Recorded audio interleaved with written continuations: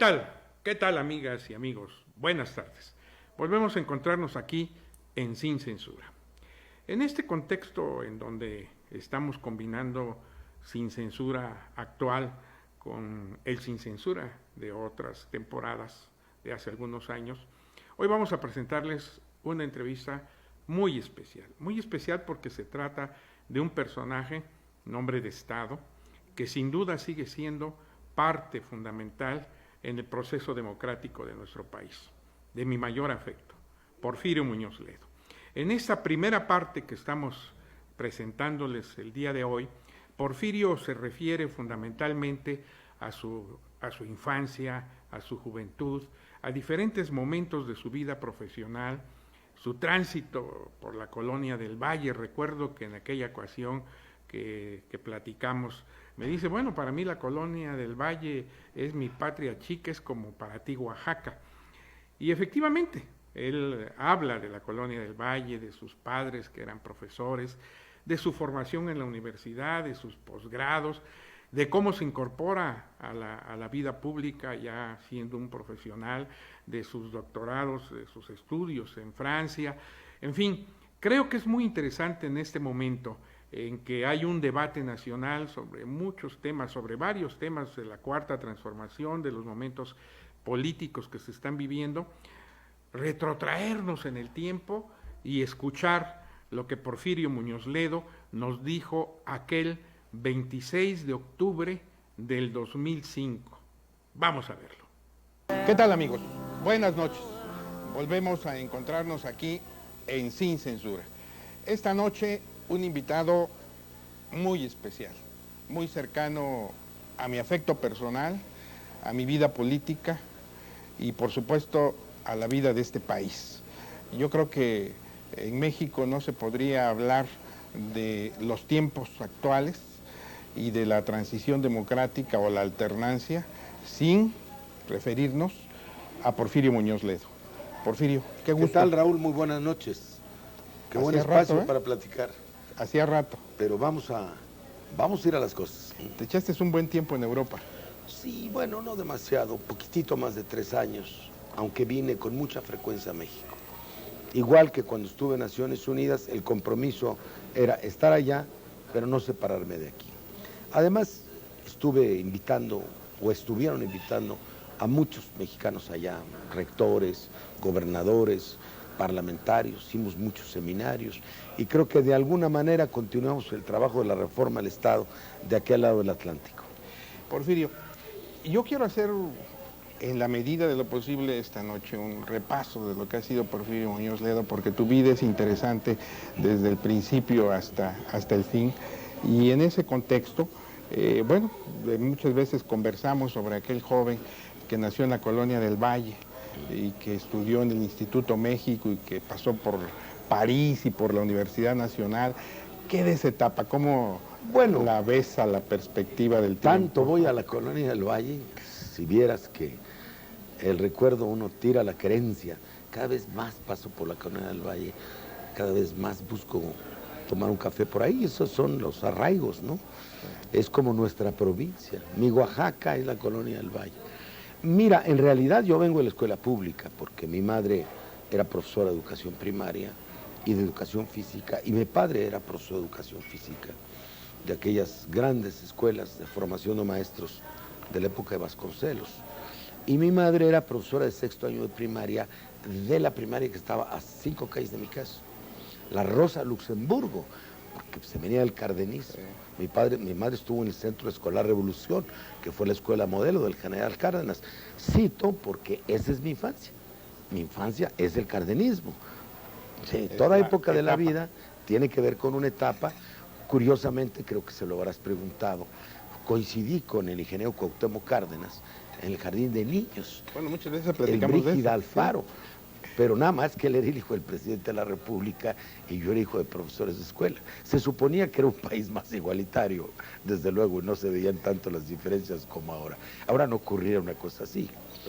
Y yo estudié en las escuelas primarias de la colonia del Valle, pero empezó a haber escuelas más grandes, como mi padre atleta y profesor de educación física, quería que nosotros fuéramos escuelas donde hubiera más espacios, donde hubiera mayor posibilidad de desarrollo, y nos consiguió una beca a mi hermano que acaba de morir y a mí en el Instituto México, y ahí terminé la primaria, hice la secundaria y después me fui al CUM, pero becado también. Lo que pasa es que me becaron los propios profesores, ya no había becas de educación, y ahí empecé mis primeras armas, fundamentalmente en la oratoria, porque me gustaba mucho leer en voz alta. Te acordarás que yo era muy tartamudo de niño, muy. Entonces mi madre me enseñó, me curó, digamos, a través de un método que era leer en voz alta, que era penosísimo para mí, porque el que es tartamudo es un sufrimiento espantoso, no te sale la palabra. Y era leer y leer y leer y leer, y luego leer más a prisa y luego leer más a prisa, y de ahí a recitar, pues no hay sino un paso, y de recitar a decir un discursito en una fiesta escolar, pues no hay sino otro pasito. Y cuando se hicieron los primeros concursos en la secundaria, me inscribí, no fui el primer lugar la primera vez, pero ahí fui avanzando y sí terminé por ser el campeón de oratoria de la escuela y de declamación también. Y bueno, la actividad política va de la mano. Yo tenía muy buenos profesores de historia, comenzando por mi madre, y me interesé mucho en la historia de México. Sí. Ahí nace tu vena, ¿no? De identidad con este país. Sí, sí. Del conocimiento de los personajes de la historia, cosa que he hecho más o menos con todos mis hijos. El conocimiento de la historia del país, qué pasó, y su ubicación en la historia universal. Mi madre particularmente era muy buena para historia universal. Incluso alguna vez participó en algunos concursos de la radio, ¿no? Sobre historia universal, ¿no? Pues que no sé qué le preguntaba. Y sí, la historia de México y la historia universal. México en el mundo y México. Conocimiento de los personajes. Mi padre era un aficionado a libros de aquellos que salían en los periódicos, ¿te acuerdas? El Nacional tenía unas hojas, ¿no? Sí. Que las recortabas, las doblabas y luego las encuadernabas. Y como teníamos en la secundaria taller de encuadernación, muy mal hecho, pero encuadernamos los libros que salían de los periódicos. Y sí leí desde muy joven textos importantes sobre la Revolución Mexicana. Hasta la fecha sigues leyendo. A mí siempre me ha admirado tu manera de leer compulsiva. Porque además, luego di clase de esas materias. Yo di clase de Revolución Mexicana por un azar de la vida. Cuando estaba terminando la facultad, me invitaron al Nacional Preparatorio a un seminario sobre Revolución Mexicana, que luego di también por un azar de la vida en Europa. Y luego te vas a la UNAM. Yo recuerdo algunas ocasiones de las largas conversaciones que hemos mantenido a lo largo de estos años, cuando nos platicabas tu paso por la universidad, la sociedad de alumnos, tu vinculación con Miguel de la Madrid, con otros personajes. Doble, porque nosotros pertenecemos además a familias de clase media modesta, donde era la costumbre, no sé si ya les tocó en la generación de ustedes, si todavía les tocó, de que trabajábamos. No se entendía que fuéramos nada más estudiantes. Cuando yo terminé la preparatoria, igual que mis hermanos, empecé a tener pequeñas chambas, ¿no? Hasta que mi padre me consiguió, gracias a un amigo de él, deportista, un cargo en la Secretaría de Bienes Nacionales. Yo fui, que estaba ahí en la calle de Moneda, yo fui empleado público antes de estar en política estudiantil. Yo tenía 17 años. Claro, era la última categoría, oficial cuarto, ¿no? Entonces casi era office boy, como se dice ahora. Y trabajé en la oficina de prensa de Bienes Nacionales, repartiendo boletines, recortando periódicos, pegándolos, se pegaban con engrudo. Entonces no había internet, se hacían stencil, los boletines se hacían... Se ocuparon luego en el movimiento de 68, fueron famosos los stenciles. Entonces me formé, conocí el medio periodístico, hacer boletines, aprender a leer la prensa, estar al tanto de la actualidad. Yo pertenezco a una generación de la facultad que entró a mediados del siglo pasado y que tomó como nombre la generación del medio siglo, porque a partir de los concursos de estudiantes, el director de la facultad, el maestro de la Cueva, nos invitó a algunos estudiantes, entre ellos el licenciado Genaro Vázquez Colmenares, que ahora está como diputado, que es de esa generación, Carlos Fuentes, Víctor Flores Solea, Arturo González Cosío, Javier Wimmer, Rafael Ruiz Harrell, nos invitó a hacer una revista. Y esa revista fue la plataforma de la generación. La mitad eran fundamentalmente hombres de letras, jóvenes aficionados a la literatura. Ya Carlos Fuentes había ganado concursos de cuento. Hay una generación brillante. Nos dedicamos... Bimer también está en esa Javier, Javier, ¿verdad? Javier está en esa generación, claro. Entonces, nos dedicamos a... Y otros muchos, como González Pedrero, como Sergio Pitol, como Salvador Elizondo, que se fueron juntando. Entonces fue una generación muy singular porque nos dedicamos a escribir, no todos, pero la mayor parte, bueno, escribir casi sin excepción. Unos estábamos en la oratoria, otros en la política estudiantil, y a mí me tocó hacer de las tres. Entonces, a partir de ese movimiento, nos propusimos tomar, digamos, la conducción política de la universidad por el lado estudiantil. Se vivió un momento muy difícil, que ahora ya ni se recuerda, que fue el cambio en la ciudad universitaria. Porque nuestra universidad, como casi todas las de provincia, eran del centro de la ciudad. Así es. Nosotros íbamos a la escuela, tomamos 2 horas clase, nos íbamos a trabajar, ¿no? Nos íbamos a la casa, se vivía cerca, pero fundamentalmente combinábamos trabajo y estudio. A veces tomamos una clase a las 7 de la mañana, a veces una a las 7 de la noche. Teníamos mucha flexibilidad para los horarios y los abogados empezaban a trabajar en tribunales. Nos cambian a Ciudad Universitaria, que se vio un proyecto muy norteamericano. Imagínate que la CU estaba lejísimos, no había nada, no había, pero era otro lugar, no había la tradición del campus en México. Entonces hubo un gran movimiento estudiantil, porque no era, para los muchachos, no era fácil ni trasladarse. ¿Y cómo combinaban escuela y trabajo? Cuando la mayor parte, pues eran de clases muy modestas. Y luego trataron de reformar los métodos de modo a hacer horarios rígidos, pues tanto peor. ¿Cómo le hacías para estar 6 horas seguidas en la escuela? Pues no podías.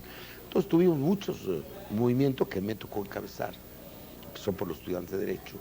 Tuvimos gran comprensión del rector, el doctor Nabor Carrillo, y de su grupo de gente. Estaba Pablo González Casanova, su hermano Enrique, Horacio Labastida, que acaba de morir, Francisco López Cámara, que ya murió, que eran profesores jóvenes que nos entendieron. Y después de muchas negociaciones logramos que hubiera profesores de tiempo completo. ¿Qué sentido tenía tenerte en un campus si no había profesores de tiempo completo? Eran por horas, en fin. Entonces yo creo que nuestra generación tuvo un impacto muy importante en la vida universitaria, pero quiero decirlo, no éramos militantes de ningún partido, más bien éramos de oposición. A nosotros nos tocó el movimiento enriquista del 52 y varios de nuestros compañeros eran enriquistas y algunos los persiguieron, ¿me entiendes? Entonces, nuestra revista, cuando tomó posición política, la tomó contra el gobierno, contra la última parte del régimen del deseado alemán, aunque yo estaba en el gobierno, pero como empleado, y contra el señor Ruiz Cortines. Entonces, mi generación, porque luego hay cierta confusión, no tenía partido político porque no había propiamente partidos políticos. Claro. Había algunos seguidores del maestro Lombardo Toledano, había algunos que trabajaban con los jesuitas, luego fueron panistas, algunos comunistas, pero no había, en fin, no tenían membresía. Pero no había como ahora, que los jóvenes tienen posibilidad de participar, es una gran avance. Toman posición además. Pero priistas había muy pocos, fíjate. Así que militaran en el PRI muy pocos. Entonces, una juventud con vocación intelectual, con vocación social, pero además con mucha independencia. Luego viene París, y luego de París a incorporarse ya plenamente a la política de México. Bueno, antes de irme a París yo tuve el problema que no tenía que vivir porque se acabó la política estudiantil, nosotros no teníamos recursos, yo ya no trabajaba. Entonces yo me dediqué un año, el último año de la carrera y el primero y el siguiente, a dar clase. Que de lo único que podía vivir, yo nunca tuve interés por la vida litigante, la verdad. Quizá hice mal porque es una buena formación, pero ni tenía los contactos ni la vocación. Tampoco quería entrar al gobierno, pues ya me iba a ir. Entonces, fueron los años de mi vida que más estudié, di clase de Revolución Mexicana, de Historia Universal, de Sociología, prácticamente de lo que encontraba yo. Dio hasta una clase en la Universidad Femenina de introducción a la cultura. No tuve no malas alumnas que luego fueron escritoras. Entonces tuve una vida muy intensa porque me ganaba yo el pan yendo de una escuela a otra. Me fui a París como becario por el gobierno de Francia y fui por un año para hacer unos cursos sobre sociología jurídica, es decir, qué relación hay entre el derecho y la realidad, que es el gran problema histórico de nuestro país, que me obsedía. Y finalmente me inscribí, se abrió el doctorado, la reforma de ese año, en Derecho Constitucional y Ciencia Política, y me inscribí. Y me quedé 2 años hasta que pasé los cursos. Y luego el señor Torres Bodet, que era el embajador, que había sido ministro de Educación, director de la UNESCO, y que luego volvió a ser ministro de Educación, me invitó a irme a la Universidad de Toulouse, en el sur de Francia, ya casi en la frontera con España, porque se necesitaban jóvenes profesores que explicar. Ellos daban, por ejemplo, cursos sobre la novela de la Revolución Mexicana, etcétera. Entonces alguien tenía que explicar la parte histórica. Y me pasé otros 2 años, estuve 5 años seguidos en Francia. Y luego viene el regreso a México y tu incorporación a la vida pública. Es muy difícil, ¿eh? El regreso es muy difícil porque es el comienzo en realidad. Todos estos jóvenes que ahora prolongan su vida académica, haciendo doctorados, etcétera, lo saben. Y ahora, de todas maneras, hay más oportunidades que entonces. No fue muy difícil. Primero, porque yo no tenía la intención de ir al gobierno. En primer lugar, estaba terminando una tesis de doctorado sobre el sistema político mexicano, que me estaba ya volviendo muy crítica, y no quería empezar mi carrera en el gobierno, sino concluir un ciclo académico que, lo digo, se prolonga a veces demasiado. Yo tenía 26 años entrados a 20, por ahí. Entonces, lo primero que hice es conseguir alguna clase en la Facultad de Ciencias Políticas. 2, empezar a hacer traducciones. Venía de Francia, hice una traducción, no había otra, de la Constitución mexicana al francés, que me costó 3 meses, me la pagaron regular, pero me permitió conocer la Constitución como la sala de mi casa, perdón. Como la conoces hasta ahora. Claro, porque nadie conoce están los más, orígenes de la reforma del Estado. Nadie conoce más un texto que el que lo ha traducido. Claro. Entonces yo tenía que ver, había traducciones de la de 57, 2, me encontré en la Biblioteca del Congreso, había una del 24 que me encontré también allá. Entonces por eso una de mis especialidades es saber de dónde viene la frase. Hay frases que vienen de la de 57, la de 24, incluso de otras constituciones de otros países. Bueno, entonces me metí mucho y traté de dar una clase de sistema político mexicano. No pude, que no la había. Y en eso pasó algo muy casual en mi vida, definitorio hasta cierto punto, porque yo conocía muy bien al licenciado López Mateos, siendo dirigente estudiantil, él era el joven secretario del Trabajo. Alguna vez lo fuimos a ver para que nos patrocinara un evento, incluso lo invitamos a una conferencia, me acuerdo, y me tenía mucha estimación personal, aunque yo era muy joven. Entonces él me había mandado decir, a través de un amigo común, estando yo en París, que me fuera a su campaña, y yo le había mandado decir que no, pero era obvio. Ahora para decir, bueno, que presunción, no, pues yo estaba empezando mi doctorado, tenía otro proyecto, ¿no? Entonces en casa de un amigo común, don Pepe Iturriaga, que todavía vive, nuestro gran hermano mayor, pues, él propició que hubiera una reunión donde estaba el presidente. Entonces el presidente me dijo, de la manera más sencilla, Porfirio, ¿cuándo regresó usted? Se hablaban entonces. Le dije, bueno, pues hace unos meses. ¿Qué está haciendo? Estoy en la universidad. Véngase a trabajar conmigo. Me rompía mi esquema, aunque parezca mentira. Entonces lo fui a ver. ¿Estaba más a gusto en las traducciones? En la universidad, y estaba terminando mi tesis, y tenía un proyecto de fundar un seminario sobre el sistema político mexicano, lo mismo que ahora. Entonces, ¿qué? Me preguntabas al llegar, ¿y qué estás? Pues estoy lo mismo. Yo andaba luchando por que se abriera una cátedra que se abrió al año siguiente en el Colegio de México. Don Daniel Cosío Villegas sabía mi inquietud. Me dijo, Porfirio, ¿por qué no lo hacemos en el colegio? Fue 62, estoy hablando del 60. Y luego, ya estando yo en educación, capítulo que te voy a contar, En la Escuela Normal Superior convertí una clase que se llamaba Historia Política de México en Historia de las Instituciones Políticas de Oye, México. ya nos estamos brincando. Es Sigamos que con es el López mismo- Mateos, pero es el mismo hilo. Es pero el mismo hilo. Ahí va. Claro. Me citó, entonces fui a ver al secretario particular, me dijo, ahí tienes un escritorio. Dije, no. Entonces quedé como asesor externo. Le hacía proyectos de textos, notas. Y era un momento muy peculiar, quiero decirlo.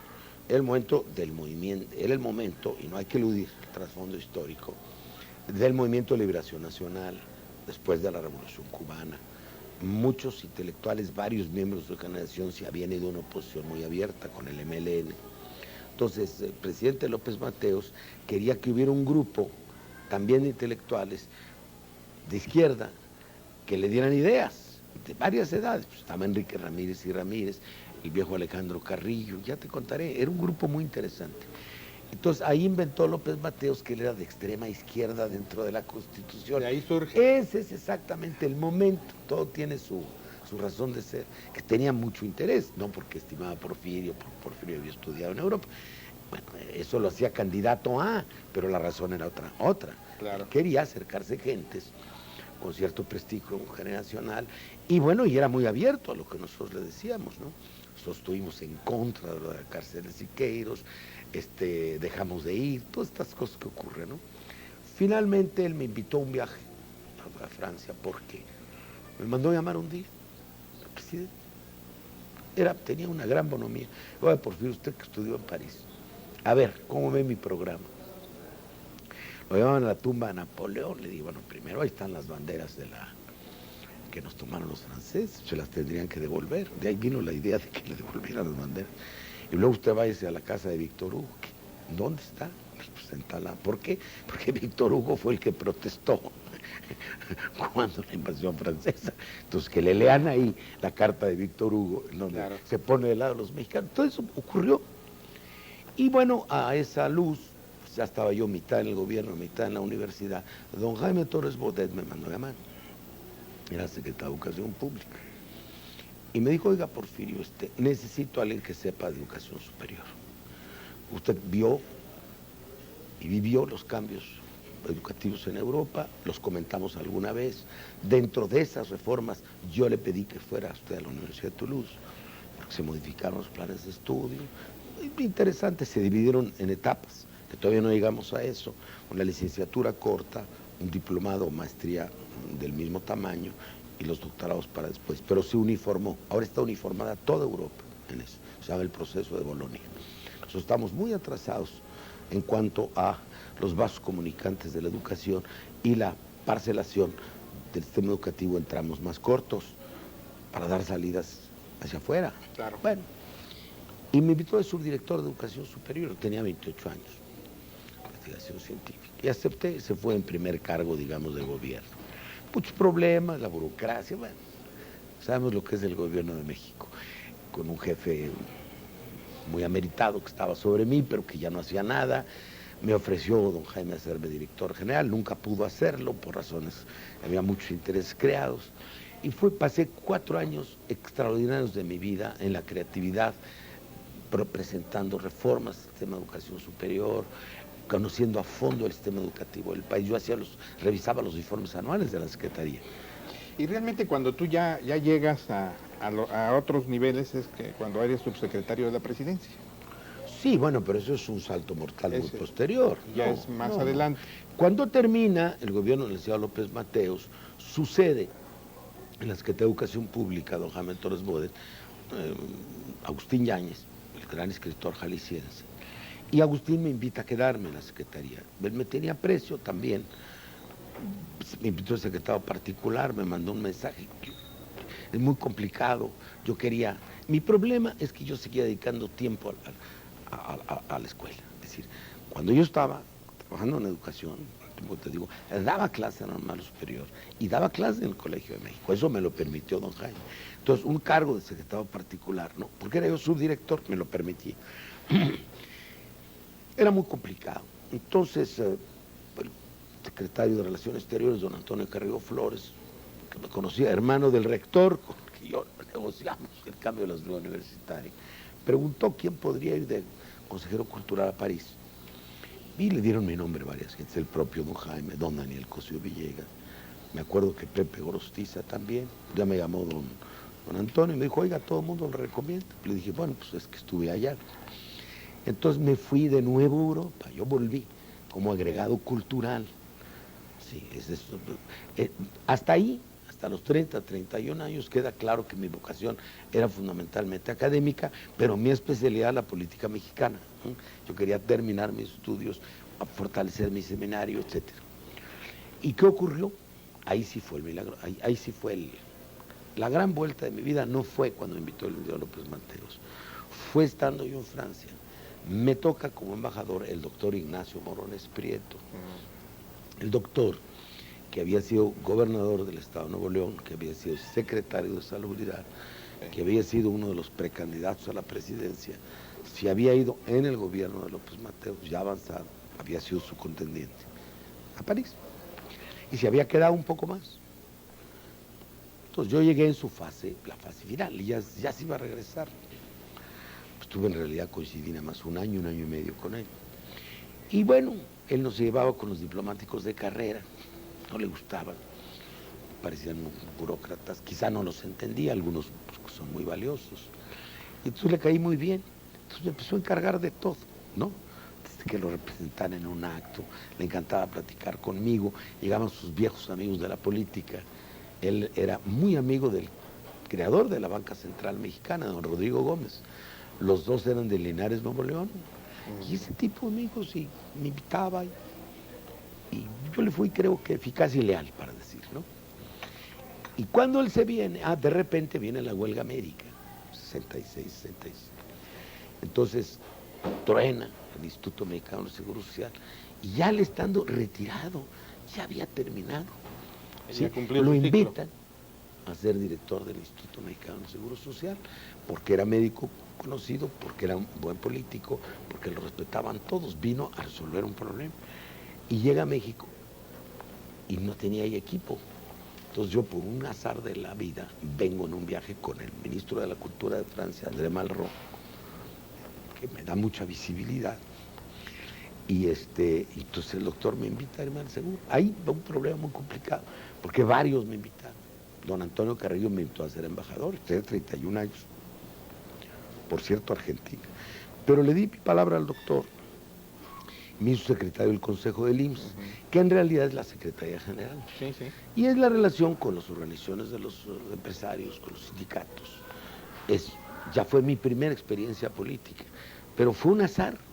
No era miembro de ningún partido, hasta aquí cuando había militado, no aparece en ningún partido.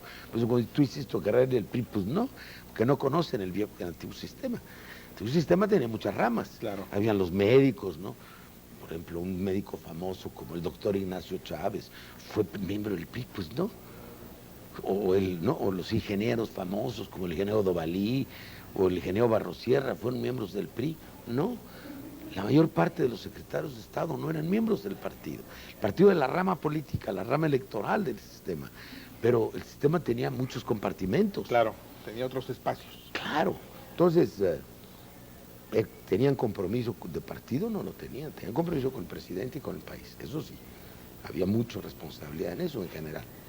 Bueno, entonces caí en el instituto, era muy joven, te digo, esto fue el año de 66, iba yo a cumplir 33 años. Y en el régimen de Díaz Ordaz. Exacto, pero además me gustaba lo que quería. ¿Por qué? Esto es otra historia. A mí me identificaban con el grupo de la particular del presidente López Mateos, porque ahí fue donde me habían invitado. Era Romero, ¿no? Y la iba muy mal con él, claro. Y el licenciado Reyes Heroles, yo discutía mucho con él, porque era mi maestro. Y él era muy partidario del licenciado Díaz Ordaz, y yo no. Y mi grupo de amigos mayores, yo no estaba en política, eran partidarios del licenciado Benito Coquet, ¿te acuerdas? Claro. Que era director del Seguro Social. Seguro Social. Que a mí me gustaba la figura porque había sido director de Bellas Artes, ¿sí? Tenía algún antecedente cultural, sí. Daba otra imagen, a través del IMSS trataba de proyectar un México moderno, social, ¿no? Un México bien hecho, bien construido, para durar. Había toda una filosofía en lo que hacía teatro, ¿te acuerdas? El Teatro del Seguro, como el poder con una dimensión cultural. No sé qué hubiera dado como presidente, pero no simpatizaba. Y entonces no le gustaba eso al presidente Díaz Ordaz. Entonces yo regreso al IMSS, estoy ahí, pero nunca lo consulta el doctor Morones. Mi nombramiento, porque... Y cuando el presidente va a ir a la primera asamblea del IMSS, ve mi nombre y dice que no, no. Por eso tuvimos que inventar un puesto de segundo de a bordo que fuera a las asambleas, que fue el licenciado Fernando Certuche Muñoz. Sí, claro, Fernando Certuche, tu gran amigo, secretario general del IFE. Claro. Y bueno, pero aquí hay una interrogante, es decir, en esta vida de Porfirio, siendo una gente que Díaz Ordaz no veía bien, ¿cómo te conviertes en uno de los hombres importantes del gobierno de Luis Echeverría, bueno, en ese tránsito? Eso es muy importante. Bueno, la respuesta es porque el licenciado Echeverría, que era secretario de Gobernación, ya les había echado el ojo a algunos jóvenes dentro del gobierno. Luego invitó a otros fuera del gobierno, más jóvenes que nosotros, la famosa generación Gerber, porque ya traía la idea de que si llegaba, pues iba a dar una renovación generacional, que fue tremenda. Yo lo había encontrado de joven alguna vez, cuando trabajaba yo en prensa de bienes nacionales. Mi jefe era también jefe de prensa del PRI, y le llevaba yo boletines, y 2, 3 veces me encontré en los corredores, un señor muy delgado, siempre caminando muy aprisa, quizá alguna vez lo saludé. Alguna vez en una tertulia, con amigos de su generación, me lo presentaron, me preguntó, le dije que había estudiado sociología electoral, era subsecretario, me había mandado llamar. Pues era una ciencia que no tenía por qué aplicarse entonces, porque los datos electorales no eran ciertos, que es lo que le dije, y no lo volví a ver. No, yo trabajaba en la sombra, digamos, seguí en la universidad, seguí en el Colegio de México, estando en el Seguro, pero me dio por empezar a escribir en los periódicos. ¿Te acuerdas del maestro Gregorio Ortega? Claro. Que fue el gran columnista político de los 40 y de los 50, tenía una revista, se llamaba Revista América, y él necesitaba así un editorialista, pero yo no firmaba, no se estilaba entonces, y escribía sobre los más distintos tópicos. Y escribí 2 o 3 artículos sobre televisión, sobre la legislación de la televisión en el mundo. Estas cosas que no se escriben en México, cosas que yo había estudiado, que conocía, que me interesaban. Lo mismo que sigue discutiendo hoy, estoy hablando del año 69, cuando el gobierno entra en tensión después de los acontecimientos del 68 con la televisión. Entonces los había leído el secretario de Gobernación, le había preguntado al director del periódico que quien nos escribía, le dijo, no se lo diré, lo invitaré a comer con usted, ahí en el Hotel Cortés, que está en la Alameda. Pues ahí llegó el secretario de Gobernación, usted ha escrito eso, usted ha estudiado eso, pues sí, cómo no. Entonces me dijo, hágame un proyecto de cómo podría haber una nueva legislación de radio y televisión. Las ideas, con mucho gusto, fundamento. Lo mismo que sostengo ahora, que tengo reuniones hasta en el Senado, la asociación, lo mismo, porque necesitaba otro fundamento constitucional, otro sistema operativo, etc. Y con ese motivo lo comencé a ver, le dije al doctor Morones Prieto, dígame, dijo, hágalo, que era mi jefe. Bueno, y cuando lo nombran, lo destapan, pues yo no lo voy a ver el primer día, lo había visto 2 o 3 veces, le había entregado mi memorándum, y entonces llegó como el segundo o tercer día, y dice, espéreme, muy característico de persona, que eran 6 horas, espéreme, o 4, no había ningún límite. Ahí estuve, metí al despacho de alguien, y al salir, dijo, acompáñame a la casa, yo sé que usted vive también por San Jerónimo. Yo fui con él. Y me dijo, quiero que usted se encargue de los discursos y pronunciamientos de la campaña. ¿Por qué? Dijo, porque usted le ha seguido su pensamiento, luego todas esas cosas del antiguo sistema, los mejores discursos del gobierno son los que hace el doctor Morones Prieto. Se suponía que yo era su ghostwriter, sí era cierto, ¿no? Pero, y me gusta mucho ese corte, quiero renovar el discurso político.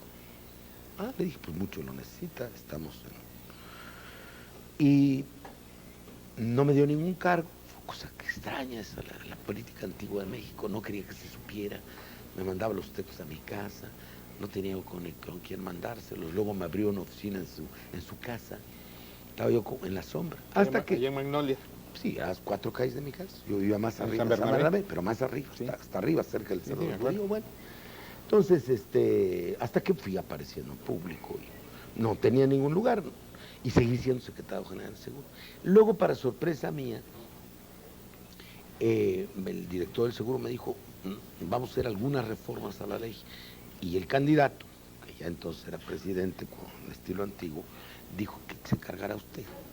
Hicimos una reforma del Seguro con representantes de los empresarios, de los trabajadores, con los que yo trabajaba, ¿no? Y bueno, era una pruebita. Me había pensado para secretario del Trabajo. Era yo muy joven, tenía 36 años, 37 nomás. Pero las circunstancias lo llevaron a otra decisión. Me nombró subsecretario de la Presidencia, pero me dijo, usted será miembro de mi gabinete, cosa que nunca le gustó a mi titular. Siempre fue algo un poquito complicado. Estás con Manotú, ¿no? No, No, estaba ¿tú? yo con Hugo Cervantes Reyes. Ah, con Hugo que había sido el número 2 de él. Claro, sí, perdón. Sí, claro, entonces pues me tocó el informe presidencial, todo el equipo de discursos, de pronunciamientos, inversión pública que me la disputaban mucho y creamos la gran área de reforma administrativa, hicimos el proyecto de reforma administrativa del gobierno federal y planteamos cosas muy importantes. Mi antecesor en la subsecretaría había sido el licenciado López Portillo en el gobierno anterior. Sí. A mí me entregó la oficina López Portillo. Creo que fue una época muy creativa, hicimos un gran programa de reforma administrativa. Ahí estaba Fausto Zapata también, ¿verdad? En otra prensa, subsecretaría. Sí. que era una subsecretaría muy importante, y Alejandro Carrillo estaba en eso, el gran economista Leopoldo Solís estaba conmigo en estudios económicos, donde comenzaron todos los que están ahora. Con el tiempo me lo han venido diciendo, hace 15 años me dijo Ernesto Cedillo, yo trabajé con usted ahí. Sí. Y Choifet también cuando fuiste secretario del Trabajo, pero eso ya es más adelante. Pero ahí trabajó conmigo Guillermo Ortiz, ahí trabajó Jaime Serrapuch, y hace un mes supe que también Francisco Gil. También Dijo, andaba yo ahí. trabajé también contigo, me dijo allí. Es decir, fue una semillero, luego se hicieron neoliberales, pero ya esa es su responsabilidad. Se fueron todos Ya eran allí. mayores de edad. Ya eran pero mayores era- de edad para elegir su camino. Entonces, tuvimos una bonita época. Realmente creamos las bases de lo que luego fue la Secretaría de Programación y Presupuesto. Tenemos una comisión de presupuesto, programación, inversión, para parar las manos a Hacienda, que ahora ya se la ¿Y soltaron. cómo otra llegas a vez. secretario de Trabajo? Porque estaba escrito para eso, pero antes hacía la política con muchos... Sí, había que ir en con muchos los escalones, ¿no? Era una suerte de ajedrez mestizo, ¿no? Muy mexicano, ¿no? Sí. Tenían, bueno, tú tenías esta pieza para acá, pero si no te funcionaba, pues te la comían y se iba al bote. Sí, Si sí. funcionaba, le ibas promoviendo. Entonces el secretario anterior llegó un momento de mucha tensión, entonces me sustituyó y ahí empecé. Fue muy importante mi paso por la Secretaría del Trabajo, quizá es el lugar donde yo he dejado más huella, porque pues, tuve 4 años y medio, casi, sí, 4 años y medio, estaba yo muy joven, tuve un gran apoyo, creamos la Comisión Nacional Tripartita, creamos 14 instituciones, sobreviven el Instituto del Consumidor, sobrevive Fonacot, que ya lo hacía una institución autónoma, las demás luego las desaparecieron porque el gobierno cambió de sentido. Tuvimos una política de salarios muy avanzada, con una filosofía, crear consumo interno. Esa fue la época de salarios más altos de la historia de México, esa es la época. Y no provocamos inflación. Claro, tuve mucho respaldo de organizaciones de trabajadores, celos también. Los líderes no les gusta que les hagas competencia. Ahí si conociste a Fidel, a Rodríguez Alcaine, a Galván, todos los líderes paradigmáticos de esta etapa. Todos. Algunos desde antes. A Fidel pues, yo lo conocía menos, pero desde que estaba en el Seguro. A todas las segundas manos importantes las conocí desde el Seguro. Yo era el secretario del Seguro, es un órgano tripartito. Claro. Están los representantes de las empresas, los trabajadores. Y bueno, los abogados laboristas con los que luego trabajé, en la Secretaría, que son con los que lleva realmente los asuntos. A todos los conoció amigos del Seguro Social, es que había sido una especie de preparación. Eso había mucho en el antiguo sistema, hay que decirlo. Sí. Había una suerte de especialización. Ibas destacando y una suerte de ir creciendo también, casi el de arriba te llevaba de la mano para irte acomodando. Sí, claro. Bueno, entonces de ahí en la Secretaría del Trabajo, pues ya sabes, Porfirio, que va a ser precandidato, todo aquello. Y aquí déjame en este tema hacer una remembranza. Recuerdo una noche que fuimos a una recepción en la Embajada de Colombia y estaba don Luis Echeverría.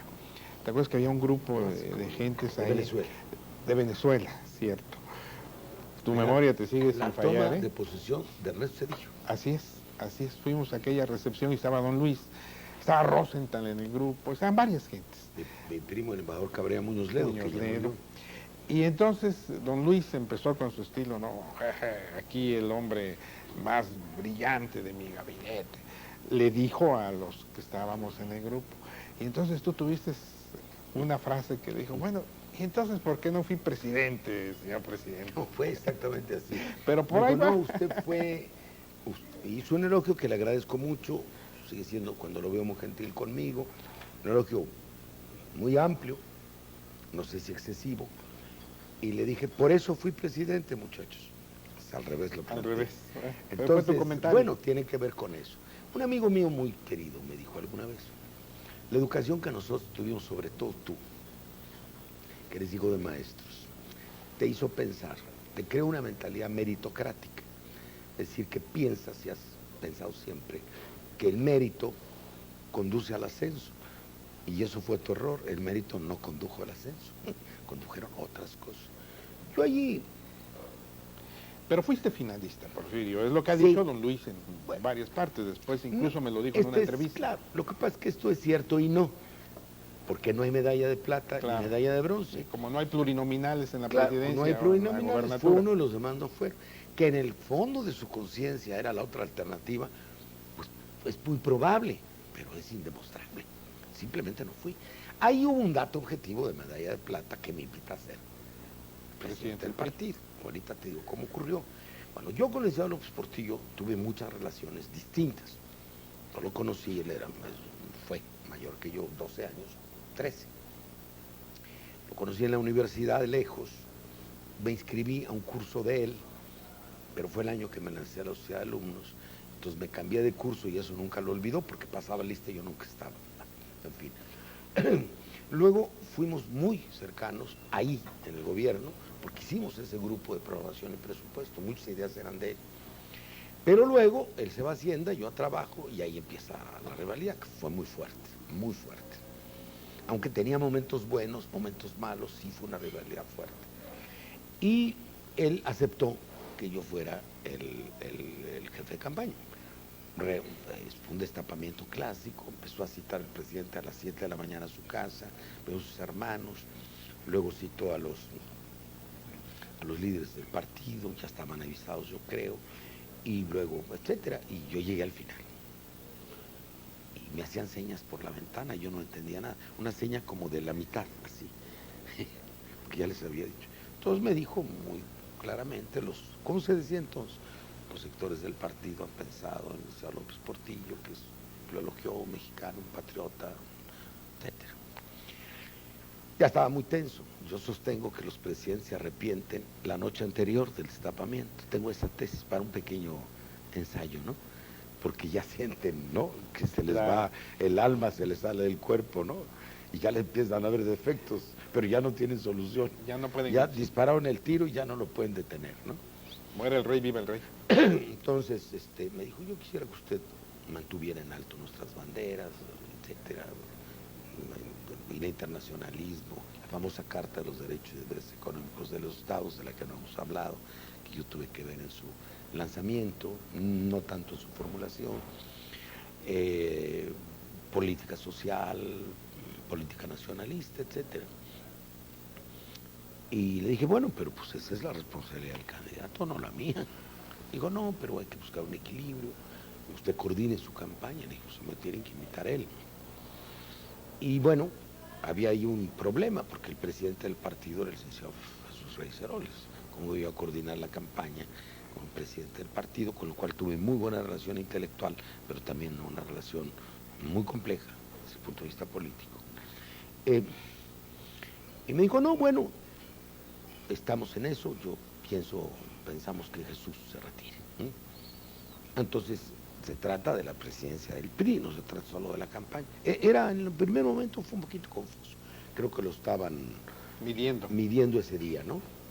Total, yo dije que primero quería hablar con el candidato, llegó en la tarde, fue una comida con Julio Scherer, por cierto, recuerdo muy bien, que era primo suyo, en algún grado, y en la tarde ya hablamos los tres, no, los tres juntos nunca, me encontré al candidato, al recién destapado, y entonces él ya me invitó, fue muy generoso, me dijo, estaba yo con toda su confianza, que no había mejor gente que yo, etcétera, lo que ocurre en las circunstancias, y me dijo que él estaba de acuerdo en que yo asumiera la presidencia del PRI, punto.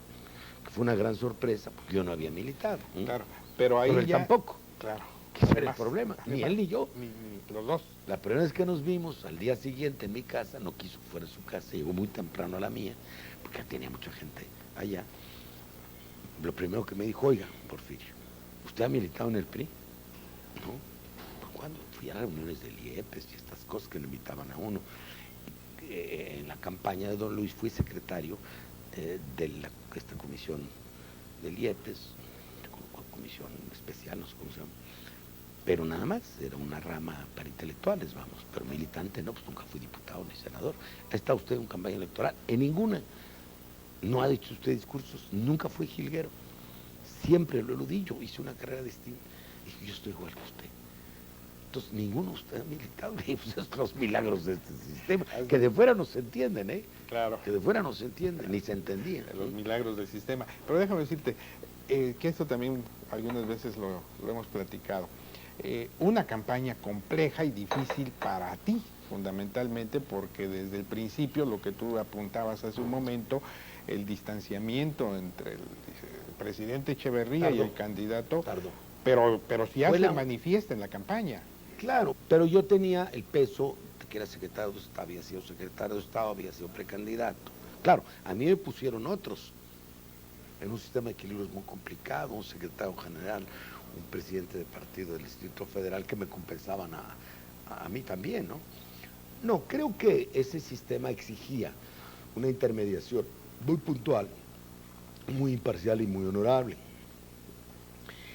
El que surgía, tuviera esa función, debía no ser el emisario del pasado, como se dijo después, es el que defendía los intereses del que se iba, porque naturalmente entraría en colisiones del primer día con el equipo del que llegaba, pues eso era obvio, pero tampoco podía tratar de subirse al barco del que llegaba y abandonar a los otros atrás, claro. Porque en el fondo es la transferencia del poder de un grupo a otro, y por ahí, por febrero, marzo, empieza ya una colisión muy fuerte. Yo sostengo que en marzo hubo conflicto en todas las sucesiones, ¿sí? La hubo cuando Echeverría era candidato, que se habló de que le iban a quitar la candidatura, después de lo de Michoacán. Lo hubo muy fuerte, yo lo sentí cuando yo estaba al frente de la operación, pero lo manejamos con cuidado, no pasó a mayores, hubo algunas cosas extrañas que ocurrieron, hubo algunos atentados, quiero decirlo con sus letras. En marzo tuve ocasión de hablar con el licenciado López Portillo y el licenciado de la Madrid, con un día de diferencia, estando en México. De paso, era yo embajador y los dos me hablaron del terrible conflicto que traían. Ahí fue intermediario durante 3 días. Y luego es la muerte de Luis Donaldo Colosio, es marzo, y se inscribe dentro de eso. El que lo quiera ver fuera de eso simplemente niega la verdad. Tiene que ver, con Luis Donaldo, con una ruptura entre el equipo que llega y el equipo que se va. Es el momento más dramático. ¿Marzo por qué? Porque el 4 de marzo es el aniversario del PRI. Y creo que sigue ocurriendo, se detienen las candidaturas hasta después del aniversario. Candidaturas a todo, el reparto del poder. Claro. No a nivel de gabinete, eso es después, a nivel de las cámaras, ¿no? Entonces es el momento en que todos los que quieren entrar, sí, pues están diciéndole no, a los del pasado no hay que dejarlos entrar, y que todos los que no quieren irse presionan al presidente en funciones.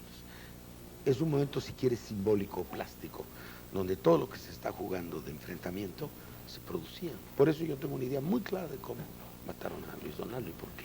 Por cierto, cuando teníamos diálogo, él a nombre del PRI, yo a nombre del PRD, alguna noche, cuando ya para mí era claro que lo iban a llevar de candidato, hablamos de este asunto. ¿Y cuáles son las causas por las que es uno candidato? Le dije, mira, hay 3 complicidades. La complicidad de grupo, de amistad, la complicidad personal, la complicidad de sangre, la complicidad de dinero. Yo no tenía ninguna de las 3. Tenía mis méritos, pero no tenía ninguna de las 3. Y creo que tú solamente tienes una, la de grupo. Creo que no tienes ninguna de las otras 2. Ni has matado por cuenta de, ni has sido cómplice de asesinatos, ¿no? Ni creo que te hayas enriquecido. Y vas a ser un candidato muy débil, si vas a hacerlo. Es muy importante lo que estoy diciendo. Entonces, eso tiene que ver con la historia política del viejo sistema. Entonces, salió muy bien la campaña, era candidato único, te imaginas. Entonces, ¿qué problema había? Pues hicimos montones de reuniones del IEPS. Ahí estuvo Nacho Pichardo, las reuniones regionales, ahí estuvo tanta gente que había que hacer un poco oposición.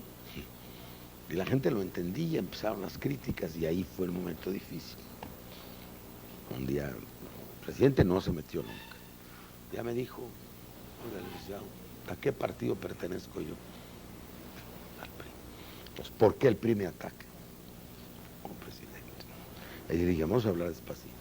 Si no hay candidato de oposición, la gente quiere una renovación. Eso para un presidente que se está yendo. Y para Luis Echeverría, tú. Lo entendió después, debo decir. Con el tiempo lo entendió. Hoy hubo un factor después. Rosaluz Alegría. Era una gente muy cercana a la familia, era esposa del hijo mayor del presidente. Entonces hay una cosa muy confusa, porque ella sí llegó a la campaña enviada pues, por su suegro, y luego pues se pasó del otro lado, por decirlo, y era un problema. Yo 2 veces la quise bajar del avión, pero pues después ya fue imposible. En fin, no entro en detalles, es una cosa bastante penosa, pero así ocurrió, ¿no? Son cosas que están fuera del control de uno. Sí, lo menciono porque es parte de la historia. Así es. Llega López. Tienes muchos casos así. Por eso te digo, lo institucional, para emplear una palabra que entonces se usaba con seriedad, era lo verdadero, lo correcto, era ser imparcial. La mayor parte de los problemas de esa campaña, yo les hice frente, están algunos en el libro de Castañeda, La herencia, que él me lo preguntó, como una parte, un capítulo. La candidatura del secretario de la Defensa muy anticipada a la gobernatura de Baja California, yo me opuse. El que después de las elecciones todavía el presidente llevara al candidato con él, no me parecía bien. Sin llegar a la fricción, sí, a mí me tocó ser muro de contención, cosa que no me agradecieron además, cosa que no me agradecieron. Sin embargo, al terminar la campaña, el candidato me dijo así en una ocasión casual, habrían pasado 2 o 3 semanas, salíamos de un acto, me dijo, ¿tiene usted un rato? Sí, cómo no. Fue muy amable. Y me dijo, oiga, Porfirio, sí, dígame.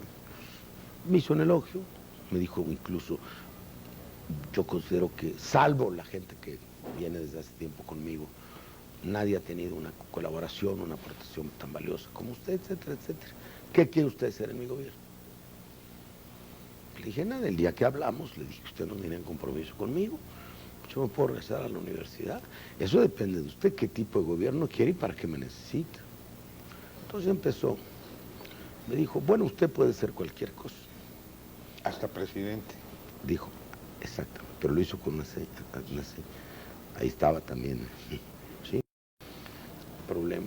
Incluso me dijo una cosa muy grata, me dijo, si la ley no lo prohibiera, ¿podría usted ser secretario de la Defensa? No, hombre, eso no debe ser en México, porque el ejército y la secretaría son una sola cosa, y eso es muy bueno para el país.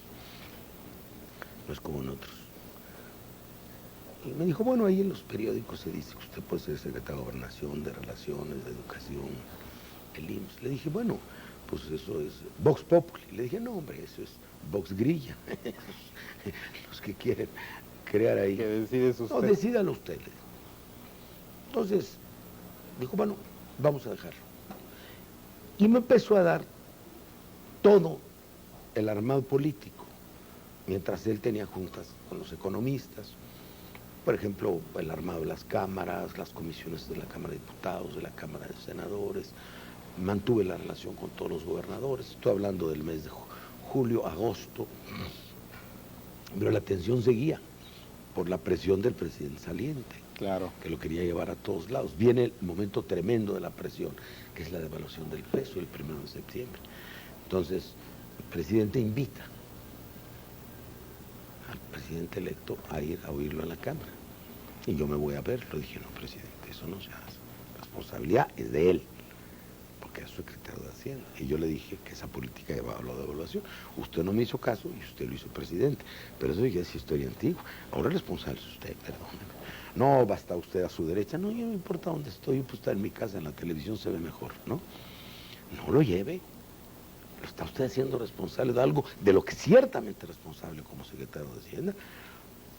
Pero usted, como Díaz Ordaz, asuma toda la responsabilidad de lo que pasó. Perdóneme, el ejemplo es muy oportuno.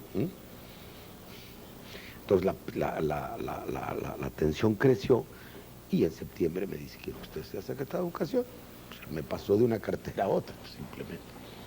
Ya tuve una gran discusión sobre educación, qué había que hacer en la Y educación. luego viene la revolución educativa con Porfirio Muñoz Ledo, que es cuando yo tengo el primer contacto contigo. Pues, no, tú ni te enteraste. Pues, ¿Cómo no? Tú que, estabas en en el área de planeación educativa, en el área de descentralización propiamente. Me acabo de encontrar a Carranza. Venía en el avión Venía en el contigo, avión es conmigo. cierto, y yo recuerdo que una vez que se convocó una A José reunión, Antonio. recuerdo, y mi primer gran contacto contigo fue porque hubo una reunión en Cocoyoc el día que tú renunciaste y nos quedamos esperando que llegaras a clausurarla. Pero 7 de esas diciembre. ya son otras historias. Te propongo que hagamos una pausa breve y continuamos aquí en Sin Censura la próxima semana. Ya saben a qué hora es, ya saben qué día es, ya saben en qué canal es. Lo quiero mucho, los quiero mucho.